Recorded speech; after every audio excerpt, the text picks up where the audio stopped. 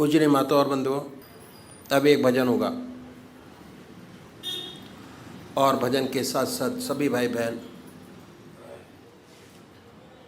अपने अपने इष्ट को याद करेंगे, ध्यान करेंगे उनका। हमारा रास्ता ध्यान योग, ध्यान योग का है और ध्यान को कैसे अपनी ज़िंदगी में जोड़ते हैं ये जानना बहुत ज़रूरी है। कैसे जुड़ेंगे, कैसे बढ़ेंगे इस रास्ते के अंदर, कैसे अपने जीवन को सफल बनाएंगे, बहुत ज़रूरी है जानना। सबसे बड़ी बात यह है कि हमारा देश जो है आध्यात्मिक देश है और हमारे देश में 99% लोग ऐसे हैं जो परमात्मा को मानते हैं और अपने किसी न किसी ढंग से परमात्मा का पूजा करते हैं। तरीके अलग अलग हैं। 33 करोड़ देवी देवता हैं और हर 20 किलोमीटर पर भाषा बदल जाती है और परमात्मा का स्वरूप बदल जाता है।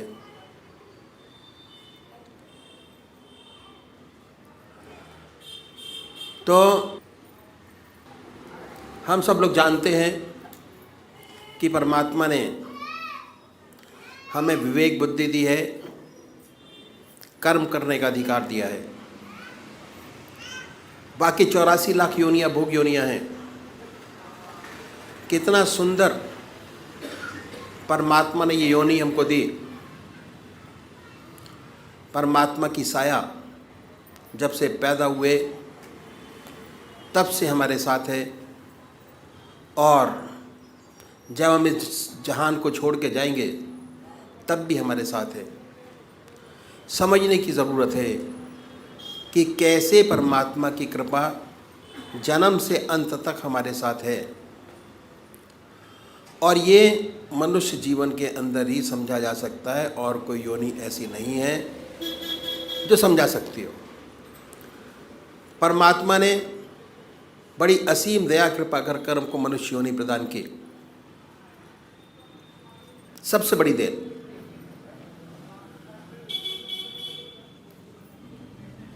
और हमारे सामने हमारे कर्म जो हम पहले जन्म में करके आए, कितने जन्मों के सत्कर्म हैं हमारी आत्मा के साथ, वो ये प्रदर्शित करता है कि हमको परमात्मा ने फ्री कर दिया। बिल्कुल सब कुछ किया जा सकता है और जो आज कर रहे हैं उसका फल भोग आगे प्राप्त करेंगे। तो इसलिए जिस कर्म को पहले करके आए, अगर उसी कर्म को बढ़ाएंगे हमारा जीवन बड़ा सुंदर, और ये जीवन क्या अगले जो जीवन होंगे वो भी बड़ी सुंदर और सुखद पूर्ण व्यतीत होंगे। ये तो हो गई, present will be very good. तो सबसे पहले हमको क्या करना है, हम मंदिर जाते हैं, भजन करते हैं, कीर्तन करते हैं, आरती करते हैं। ये पहले तरीके की पूजा है, फर्स्ट स्टेप ऑफ पूजा। मंदिर जाना, भगवान जी को जल चढ़ाना और भगवान जी को नहलाना, उनके कपड़े बनाना, भक्ति भाव, फर्स्ट टाइम पूजा पहली। इसका फ़ायदा बहुत ज़बरदस्त है, पर यह शारीरिक पूजा है। मन अपने काम में लगा रहता है और शरीर मंदिर जाते हुए आते हुए और उस समय भी स्थिर नहीं हो पाता। दूसरा तरीका है ध्यान योग, आनंद योग, सहज योग, मानसिक पूजा, मन से। उसमें शरीर तो इन्वॉल्व होता ही है, साथ साथ मन के अंदर ये धारणा रहती है कि हमारा इष्ट हमारे सामने विद्यमान है, और कंसंट्रेशन हमारा जो पहली पूजा है उससे थोड़ा अधिक बनना शुरू हो जाता है। हमारा रास्ता ध्यान योग का दूसरे नंबर का तरीका है, जिसमें मन और शरीर दोनों साथ साथ इन्वॉल्व होते हैं और कंसंट्रेशन हमारा बहुत सुंदर और अच्छा बनता चला जाता है अपने इष्ट के चरणों में। तो सबसे पहली बात कि हमको एक इष्ट का चुनाव करना है। सबसे पहला काम जो साधक है, सबसे बड़ा उसका काम एक इष्ट का चुनाव करना, और वो भी जो आपकी आत्मा को सबसे प्यारा और सुंदर लगता है उसको चुने। कोई वे राम को मानते हैं, कोई कृष्ण को मानते हैं, कोई देवी को मानते हैं, कोई हनुमान जी को मानते हैं। जो जिसका इष्ट है, 33 करोड़ देवी देवता में अपने इष्ट को चुन लीजिए, जो आपकी आत्मा को सबसे प्यारा लगता है। दो बत्ती अगरबत्ती जलाएं, बड़े प्यार से बैठिए सुखासन से। वह भी निश्चित कीजिए कि कौन सा आसन सब आपके मन को सबसे सुखदायी लगता है, जिसमें सबसे ज़्यादा सुख हो, उस आसन पर बैठें। उसके बाद धूप बत्ती अगरबत्ती जलाएं, धूप दीप करें, वातावरण शुद्ध करें, मन प्रसन्न हो। उसके बाद बड़े प्यार से बैठिए। अगर कोई भजन आपको आता है तो गाइए, नहीं आता तो भावना बनाएं। उसके बाद ये महसूस करें कि जो हमारा परमात्मा है, जिसमें परमात्मा की सबसे ऊंची भावना डाली हुई है, जो आपकी आत्मा को सबसे प्यारा लगता है, उसको ये महसूस करें कि वो हमारे सामने विद्यमान है, आपके सामने सह शरीर बैठा हुआ है। अब वो फोटो में नहीं है, मूर्त में नहीं है, सह शरीर हमारे सामने मौजूद है। ख्याल से उस पवित्र मूर्त को अपने सामने बनाएं और ये ख्याल करें, बड़ी बड़ी आंखें हैं, गोल चेहरा है, जटाएं हैं, सर्पों की माला है। आपका इष्ट जो आपके आंखों के सामने हमेशा आता है, उसको अपने सामने बनाइए, उस पर अपने मन को कंसंट्रेट करिए, उसी को देखिए। ना कोई और शक्ल बने, ना कोई और विचार आपके सामने आए, पर जैसे ही आप ये प्रोसेस शुरू करेंगे, ऐसे ऐसे विचार आपके सामने आएंगे जो आपने ज़िंदगी में कभी सोचे नहीं होंगे। उन विचारों को हटाएं, फिर अपने इष्ट की याद में लगिए। फिर अपने विचार को हटाएं, अपने इष्ट की याद में लगिए। अगर आज ये ध्यान करते हुए, अपने इष्ट की मूर्त बनाते हुए, दिल की हर धड़कन से अपने इष्ट का नाम लेते हुए अगर 100 विचार 1 मिनट में आते हैं, तो कुछ समय बाद अगर यही प्रैक्टिस आपने जारी रखी, उन विचारों में कमी आएगी। और उसके बाद एक दिन ऐसा आएगा कि आप बैठे होंगे और आपका इष्ट सामने होगा, ना कोई विचार होगा ना ख्याल। उसमें ऐसे तल्लीन होंगे, ऐसे खोए होंगे, कितनी मन को शांति मिलेगी। जितना मन पर भार होगा वो हल्का होगा, और ऐसी ऐसी समस्याएं हल होंगी जो जिंदगी में आपने सोचे नहीं होंगे कि ये भी हल होंगी। बहुत सुंदर समा होगा, बहुत मन खुश होगा। मन खुश, आत्मा खुश, प्रसन्नता ही प्रसन्नता है। समाज खुश, दूसरे वो भाई हैं जो निराकार भगवान के उपासक हैं, ओम, अल्लाह, वाहेगुरु, वो नाम को चुने, बड़े प्यार से बैठिए और ये सुखासन से और ये ध्यान कीजिए कि हमारे मन से ओम नाम निकल रहा है, या जो नाम आपने चुना है वो निकलता है और वाइब्रेट करता है पूरे शरीर के अंदर। उसके वाइब्रेशंस को महसूस करें, उसकी प्रेजेंस को महसूस करें और उसके आनंद से आनंदित होइए। ये पूरा रास्ता ध्यान योग का आनंद ही आनंद का है। बस थोड़ा समझने की ज़रूरत है। जैसे जैसे चीज़ें आपको समझ आती चली जाएंगी वैसे आपका मन, हमारे शरीर के अंदर आनंद, चैतन्यता, खुशी हमारे मन के अंदर ही, हमारी आत्मा में है। जैसे जैसे उसकी पहचान होती चली जाएगी, उसके नज़दीक होते चले जाएंगे, आप आनंदित रहेंगे और सुंदर काम होगा, समाज की बेहतरी होगी और बड़ी सुंदर अवस्था आपकी होगी। तो अभी एक भजन होगा और भजन के साथ साथ सभी भाई बहन अपने अपने इष्ट का ध्यान करेंगे। मेरा आपकी कृपा से सब काम हो रहा है, मेरा आपकी कृपा से सब काम हो रहा है। करते हो तुम कन्हैया, मेरा नाम हो रहा है। करते हो तुम कन्हैया, मेरा नाम हो रहा है।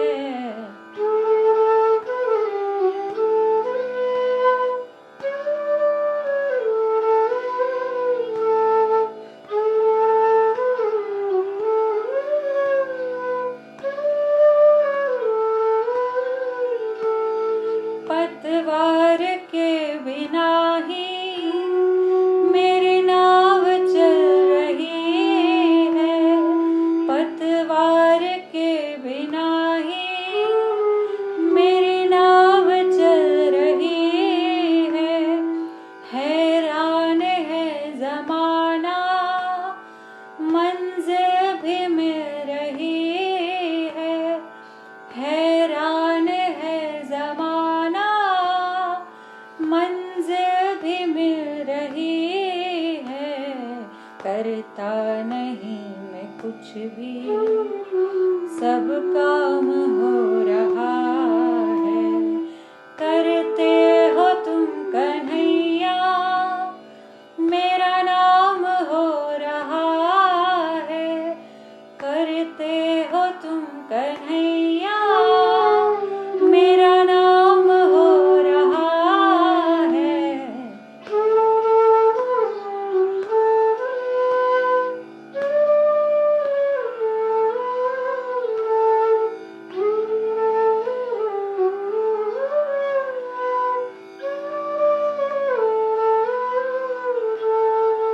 तुम साथ हो जो मेरे, किस चीज़ की कमी है।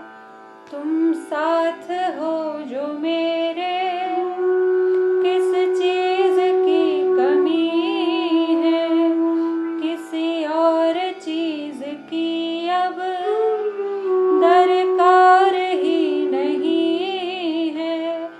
किसी और चीज़ की अब दरकार ही नहीं है।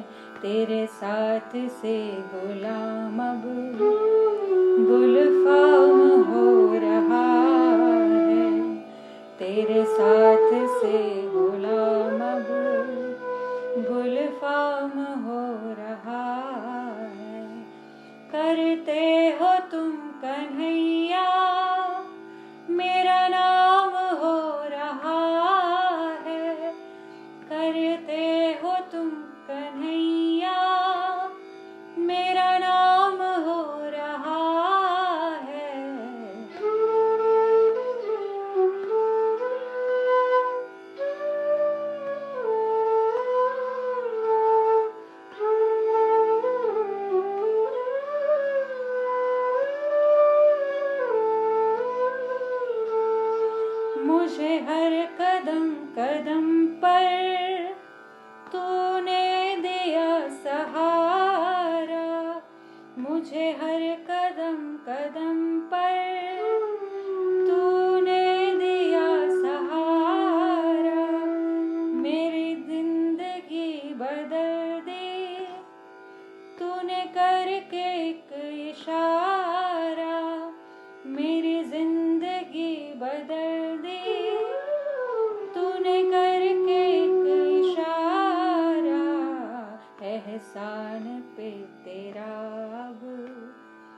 एहसान हो रहा है, एहसान पे तेरे ये एहसान हो रहा है। करते हो तुम कन्हैया, मेरा नाम हो रहा है। करते हो तुम कन्हैया, मेरा नाम हो रहा है। मेरा आपकी कृपा से सब काम हो रहा है। मेरा आपकी कृपा से सब काम हो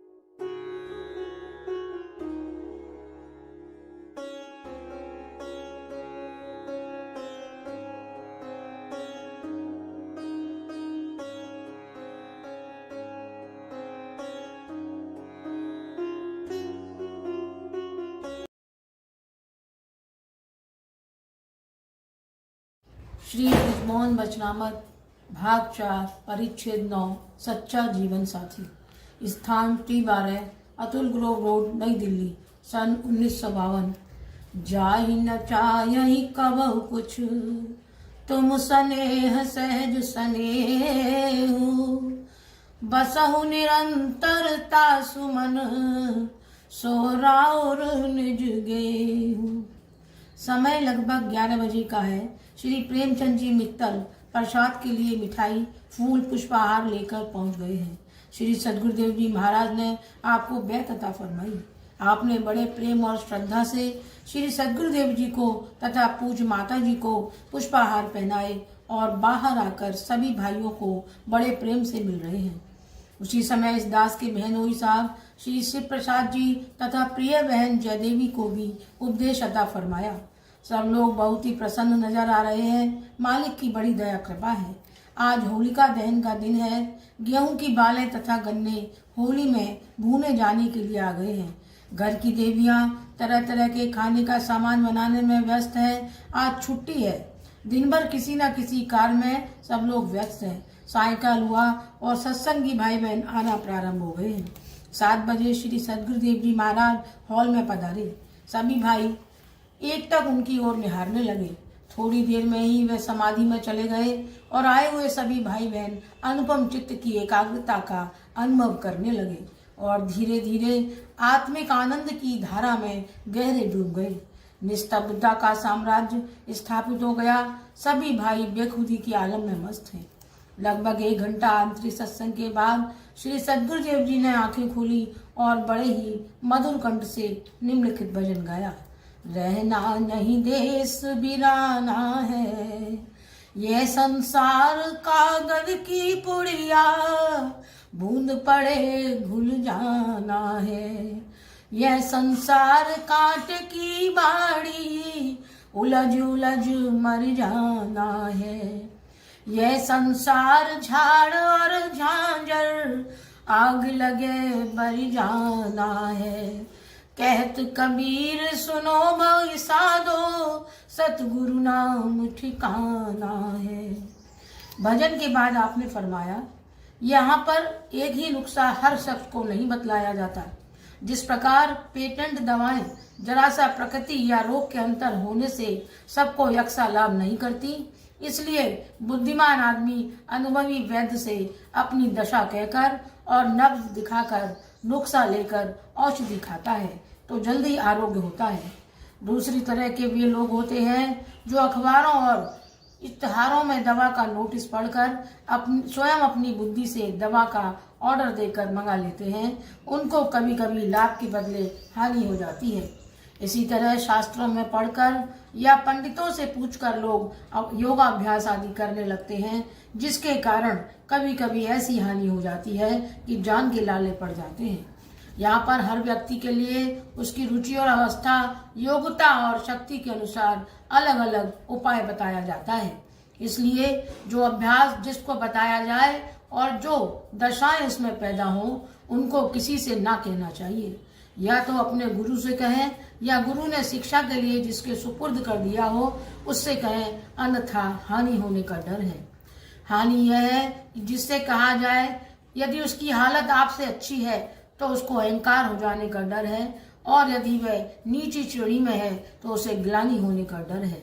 यदि आपके और उसके अभ्यास में अंतर है तो गुरु में अश्रद्धा हो जाने का डर है कि मुझको यह बतलाया और इनको यह बतलाया। शायद इस पर अधिक कृपा है। तात्पर्य यह है कि ऐसी बहुत सी बातें हैं जिनसे हानि होने का डर है। इसलिए कहा है, जोग जुगत तप मंत्र प्रवाहु, पूरे तब ही तब करहु दुराऊ। इसके पश्चात श्री सद्गुरुदेव जी महाराज ने फरमाया, सोच समझ दुनिया झूठी और नाशवान है। यहाँ कोई किसी का नहीं। दादे परदादे जाने कितनी संबंधी, यार दोस्त, साथी पड़ोसी सब छोड़ छोड़ कर चले गए। यहाँ कोई किसी के साथ सदा नहीं रहा और न रहेगा। पंछी पग ध्यान, यहाँ राम ही सौ काम। भगवान के चरणों में अच्छी तरह से ध्यान लगाए हुए चलता चलो। यहाँ कोई किसी का नहीं है, केवल भगवान का ही भरोसा सच्चा है। वही तेरा सच्चा सहायक, मार्गदर्शक, मालिक और सब कुछ है। इधर उधर सहारे के लिए ताका नहीं कि रसातल में गया नहीं। कोई न काऊ को मीत जगत में, सब धोखे की प्रीत। यहाँ आए थे हरि भजन को, ओटन लगे कपास। जिसको देखो स्वार्थ में अंधा हो रहा है, और सिंह जो माया की सवारी है, होकर सबको खा जाने को तैयार है। अब जरा सोचो समझो, तुम्हारा कौन है? सब अपना अपना मतलब पूरा करके चलते बनते हैं। जिस तरह एक गाड़ी के डिब्बे में इधर उधर के बहुत से यात्री बैठ जाते हैं। कोई भले आदमी होते हैं, उनके साथ यात्रा करने में आनंद मिलता है। कोई इसके विपरीत जब तक यात्रा करते हैं, दुख और कलह का राज रहता है। इसी तरह यह कुटुंबी, नातेदार, मित्र, शत्रु हैं। अपने असबाब, पाप और पुण्य की पोटली लिए हुए जहां तक का टिकट है, साथ चले चलेंगे। फिर वियोग अवश्य भावी लाजमी है। मिलत एक दारुण दुख देही, बिछुरत एक प्राण हर लेही। अब तक के जीवन का तो यही अनुभव है। जिस पर सहारा किया वहां उंगली छुड़ाकर भागा और हम दम से मुंह के बल गिरे। अब तू चेत जा और अनाथों के नाथ, असहाय के सहाय, दीनों के बंधु, सबके रक्षक और उदार दया के सागर का सच्चे दिल से सहारा ले। अरे अगर किसी ऐसी ठोकरें खाने से जी नहीं भरा हो तो जैसा अच्छा लगे करता चल। इतने कष्ट और दुख यदि तुझे जागृत करने में समर्थ ना हुए तो और मिट्टी के खिलो। तत्पश्चात 2 मिनट के लिए आप आंख मीचकर मौन हो रहे और फिर फरमाया, यदि साधक किसी सद्गुरु पर निर्भर ना होगा तो माया मन को अपने रास्ते पर जरूर खींच लेगी और मनुष्य का वास्तविक कर्तव्य खराब करके उसके जीवन को नष्ट कर देगी। जो चीज पकड़ने की है वह है सद्गुरु। सद्गुरु पर ऐसा निर्भर होना चाहिए और उस पर प्रेम व भरोसा ऐसा होना चाहिए जिस तरह किनारे अंधा आदमी अपनी लाठी पकड़ने वाले पर करता है और कोई बात उठा नहीं सकता। अभ्यासी को अपने गुरु के साथ हया से और मुर्दा मदस्त गुसल अर्थात जैसे मुर्दा स्नान कराने वाले के हाथ में होता है, ऐसे ही रहना चाहिए। जब गुरु पारायण देखे तो वह ऐसे शरण के स्थान और किला में बैठने की हिदायत करता रहे जो डाकुओं और लुटेरों से सुरक्षित हो। यह किला 4 चीजें हैं: एकांत, खिलवत, नंबर 2 मौन खामोशी, नंबर 3 जागना बेदारी, नंबर 4 मिताहार कम खाना। साधक का ध्येय मकसद यह भी है कि उसका मन व हृदय साफ और ठीक हो जाए, जिससे मालिक का अनुभव और साक्षात्कार हो सके, उसकी उपासना और सामीप्य कुर्बत प्राप्त कर सके। मिताहार से दिल के खून में प्रकाश पैदा होता है और मानसिक व मायावी गर्मी कम हो जाती है तथा दिल की चर्बी भी दूर हो जाती है। दिल हल्का और मुलायम हो जाता है, जिससे आंतरिक अनुभव और साक्षात्कार होने का मार्ग खुल जाता है। जबकि दिल कड़ा होने से एक पर्दा पड़ा रहता है। जब दिल का रक्त स्वच्छ और हल्का हो जाता है तो शत्रु के मार्ग तंग हो जाते हैं। तात्पर्य यह है कि मिताहार कम खाने से हृदय में प्रकाश हो जाता है, जैसा कि अनुभव से सिद्ध है। जागने कम सोने से ऐसे प्रकाश देने वाले मन और हृदय में और भी जिला हो जाती है। मिताहार से भूख से जो प्रकाश पैदा होता है, जागने अर्थात कम सोने से उस प्रकाश में और श्रेष्ठता आ जाती है। मन सांसारिक भावों की बजाय आत्मिक भावों वाला बन जाता है और दुनिया की आफतें, उसकी कल्पित चालें व धोखेबाजी सब ध्यान और अनुभव में आने लगती है। ऐसा अभ्यासी नरक व बैकुंठ, दोजख व बहिष्ठ आदि सब से जी हटा लेता है और तल्लीन होकर संत की ओर ही दिल लगाए रहता है। पेट भर जाने पर जागरण नहीं हो सकता। खाली नींद दिल को मुर्दा और कठोर बना देती है। लेकिन यदि यह सब आवश्यकता अनुसार हो तो आंतरिक अभ्यास और अनुभव ज्ञान व साक्षात्कार करने में सहायक हो सकती है। मौन खामोशी से यह लाभ होता है कि एकांत अवस्था खिलवत नशीनी आसान हो जाती है। एकांत सेवन करने वाले को खाने पीने तथा जरूरी बातचीत करना आदि मना नहीं है, परंतु मौन या एकांत सेवी यदि आवश्यकता से अधिक या दूसरी बातों में फंसेगा तो दिल की बनी हुई ताकत को धक्का लगेगा। जब सुमरन, ध्यान व उपासना, जिक्र व फिक्र से दिल थक जाता है या जी भर जाता है तो दिल को बात करने से भी आराम व शांति मिलती है। खुलासा यह है कि मौन अवस्था से बुद्धि को बल मिलता है तथा पवित्रता और संयम, परहेजगारी आता जाता है। एकांत से यह लाभ है कि आंख और कान जो हृदय के द्वार हैं रुके रहें और उनके काम दूर हो जाएं, क्योंकि दिल एक हौज की तरह है जिसमें इंद्रियों द्वारा गंदा पानी और कूड़ा करकट गिरता है। इस तरह पर एहतियात करके मेहनत व कोशिश करने का यह मतलब है कि मन का हौज उस खराब पानी से साफ हो जाए और तह में से भी कीचड़ निकल जाए, ताकि इसको खोदते हुए असल पानी आनंद तक पहुंच जाए। इसलिए यह चारों चीज किला, ढाल या पनाह की जगह कही गई है कि जिनसे रास्ते के चोर डाकू दूर होते हैं, और जब वे बातें जो इस राह में मना है हट गई तो अभ्यासी परमार्थ मार्ग में चल पड़ता है। यह ध्यान रहे कि बिना मन की घाटियों के तय किए हुए चलना सफल नहीं हो सकता। वह घाटियां दिल या मन के गुण हैं जो दुनिया की चीजों में ध्यान लगाने से उसमें पैदा हो गए हैं। उनमें कुछ सहज और कुछ कठिन है। यह सब घाटियां धीरे धीरे क्रमशः अपने आप वश में आती जाती हैं, यदि अभ्यास ऊपर कही हुई शर्तों पर शुरू कर दे। इसके पश्चात श्री सद्गुरुदेव जी 2 मिनट के लिए मौन रहे। तत्पश्चात आपने फिर फरमाया, ब्रह्म निर्द्वंद्व है, द्वंद्व की दशाओं से मुक्त है। जीव द्वंद्व अवस्था में रहता है। सुख दुख, ज्ञान अज्ञान, शुद्ध अशुद्ध आदि दशाएं उसमें होती हैं। जीव में खिंचाव फैलाव है। ब्रह्म में किसी प्रकार की बेचैनी नहीं, क्योंकि उसमें सुख का ज्ञान नहीं है। जीवन की इच्छा में सुख चाहता है और दुख से बचता है। जीव को दुख सुख इसलिए होता है कि वह अंश है और सुख की इच्छा करता है। सुख पूर्ण में है, ब्रह्म पूर्ण है, इसलिए ना तो उसे जीवन की आकांक्षा है, उसमें दुख लेश मात्र को भी नहीं है। ज्ञान में त्रिपुटी का दोष है। जहाँ ज्ञान होगा वहाँ ज्ञाता और ज्ञेय अवश्य होंगे। यह वह दशा बुद्धिगम्य होगी। ब्रह्म बुद्धि के परे है, अनंत है, वहाँ त्रिपुटी संभव नहीं, क्योंकि वह पूर्ण है। उसमें भ्रम और कल्पना के लिए स्थान नहीं। यह तो जीव में होते हैं जो दोष मुक्त हैं। ब्रह्म को अपनी पूर्णता तक का भी ख्याल नहीं है। ब्रह्म में जो गुण है वह केवल जीव की दृष्टिकोण से कल्पित है। ब्रह्म अपने आप को सच्चिदानंद नहीं कहता, ना कर्ता धर्ता मानता है और ना अपने आप को पूर्ण कहता है। जीव ही उसको ऐसा समझकर उसको इष्ट पद मानता है। यदि ब्रह्म कहे कि मैं पूर्ण हूँ तो उसका भाव यह होगा कि उसे अंश की भी समझ है। जब अंश की समझ आ गई तो फिर वह पूर्ण ना रहा। अंश और पूर्ण का द्वंद्वपना उसे अद्वैत और एक कौन कहेगा। जीव में इच्छा इसलिए उदय होती है कि वह अपने को अंश करके मानता है, नहीं तो एकत्व के दृष्टा को सिंधु में बूंद क्यों दिखाई दे। उसकी दृष्टि तो समुद्र के एक अनंत असीम बूंद है जिसमें टुकड़े नहीं है। एक बात तो यह हुई। दूसरी बात यह है कि यदि किसी कारण से किसी बिंदु को अपने भेदपन का ज्ञान हुआ है तो उसे यह भी समझना चाहिए कि हर बिंदु का आधार सिंधु है और वह स्वयं सिंधु से मिला हुआ एक है। जब एकत्व उदय हुआ तो फिर बिंदु और सिंधु की कल्पना कहाँ रही। जीव ऐसा भी नहीं समझता। यदि ऐसा समझ ले तब भी भेद का विचार न सताए।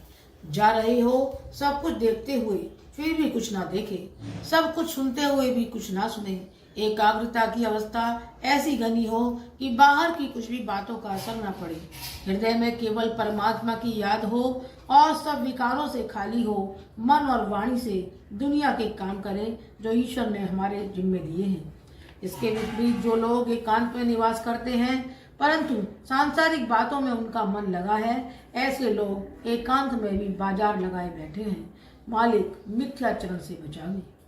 तत्पश्चात श्री सद्गुरुदेव जी महाराज कुछ मिनट के लिए मौन रहे तथा फिर फरमाया, ईश्वर को ज्ञान प्यारा है। यह ज्ञान साधारण ज्ञान नहीं है जो विद्वानों का होता है। वह ज्ञान जो उसे प्यारा है वह तो उसकी एक देन है। उसमें अहंकार का लेश मात्र नहीं, वह तो एक प्रेम से भरपूर दशा है। वह गुरुदेव द्वारा प्राप्त होती है। प्राय विद्वान इस ज्ञान से वंचित रह जाते हैं कि जिसके लिए उन्हें हर लोक में घोर पश्चाताप होगा। सच्चा ज्ञानी हर समय परमात्मा की याद में ऐसा मग्न रहता है कि उसके ऊपर बाह्य घटनाओं का कोई भी असर नहीं पड़ता। ज्ञानी भगवान को अत्यंत प्यारा है। ज्ञानी साक्षात उनकी आत्मा ही है।